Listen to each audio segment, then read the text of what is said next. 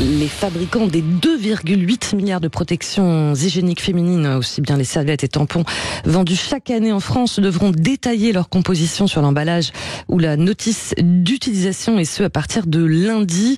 Bonjour Gaëlle Lenoine. Bonjour. Merci d'être avec nous. Vous êtes dirigeante de Marguerite et compagnie, qui est basée dans le Sud Finistère. C'est un distributeur de protections hygiéniques bio gratuites. On en reparlera d'ailleurs. Alors, vous avez travaillé, je crois savoir, avec les ministères comme conseillère technique, et vous avez contribué à faire évoluer la loi.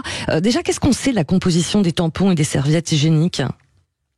Alors, on n'en sait pas grand-chose, justement. C'est quand même un des seuls produits qu'on peut trouver dans un supermarché qu'on achète sans connaître la composition. Donc, c'est depuis 2018. Pourtant, on le sait qu'il y a eu des études toxicologiques de fait.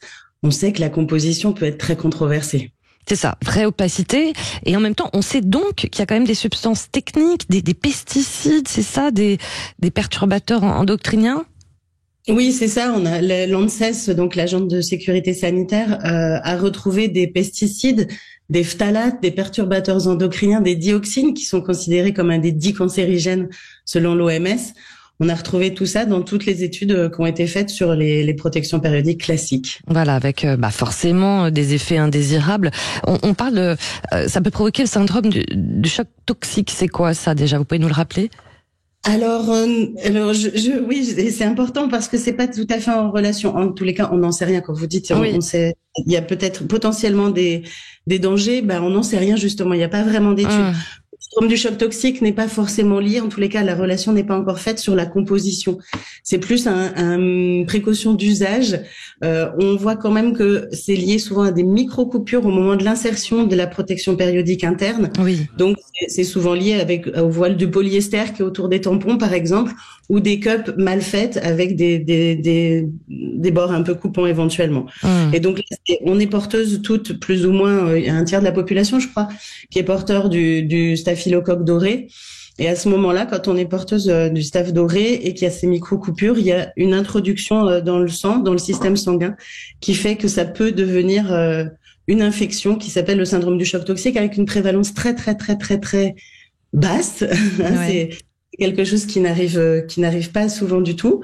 Mais il faut s'en prévaloir et notamment faire attention à la composition des produits, mais aussi au temps de port. Plus on le change souvent, moins on a ce risque aussi de développer ce syndrome du choc toxique. Ouais. Alors je le disais, vous-même, vous distribuez des protections hygiéniques bio gratuites. Donc vous proposez, c'est ça, à des entreprises, à des collectivités, l'installation de distributeurs. Et vous avez un bon retour ? Comment ça se passe ? Oui, alors c'est pour ça aussi que j'avais été intégrée au début de la discussion avec le ministère pour imposer aux fabricants de mettre la composition sur les emballages, parce que moi c'est en lisant les études de l'ANSES en 2018 que ça m'a fait bondir en fait. Je me suis dit mais c'est pas possible, c'est un produit dont on ne peut pas se passer et qui est potentiellement toxique et assurément polluant, parce que ça on n'en parle pas trop, mais c'est un fléau environnemental aussi, les protections périodiques classiques. Si on a retrouvé ces phtalates et ces perturbateurs endocriniens, c'est parce que les protections périodiques classiques sont composées majoritairement de produits issus de la pétrochimie. Donc nous, j'ai décidé que les protections périodiques vraiment 100% bio, 100% biodégradables, qui sont les plus saines et les plus environnementalement saines aussi, respectueuses de l'environnement, soient plus accessibles. Et je me suis dit, il y a rien de plus accessible qu'un distributeur mural à mettre dans les toilettes, soit des collèges, lycées, universités, mais aussi dans les entreprises, évidemment. Et les entreprises jouent le jeu ? Vous avez un bon retour ? Ah ouais, c'est vraiment en train de... les questions de la qualité de vie au travail, de l'égalité femmes-hommes, on parle vraiment d'égalité parce qu'on demande à un homme de venir avec son papier toilette dans son sac à main.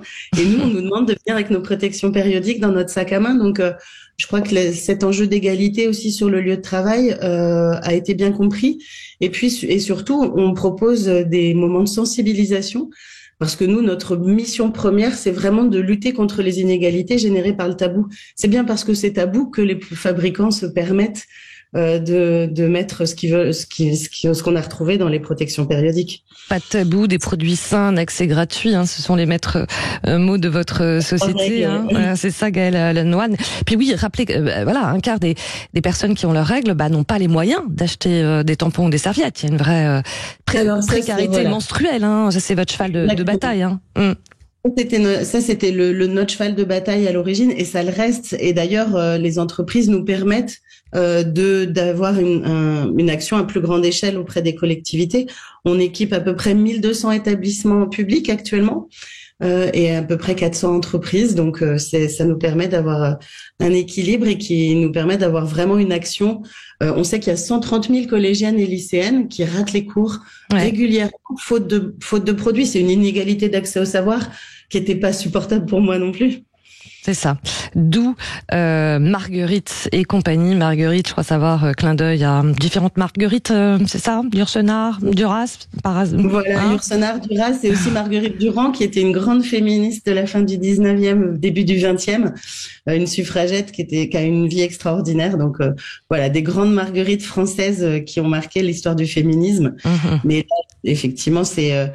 Là, je parle pas vraiment au nom de Marguerite et compagnie, mais surtout au nom de toutes les femmes et de la protection de la santé des femmes avec ce décret qui ne fait que la moitié du chemin, à mon avis. D'accord. Donc, il y a encore à aller plus loin.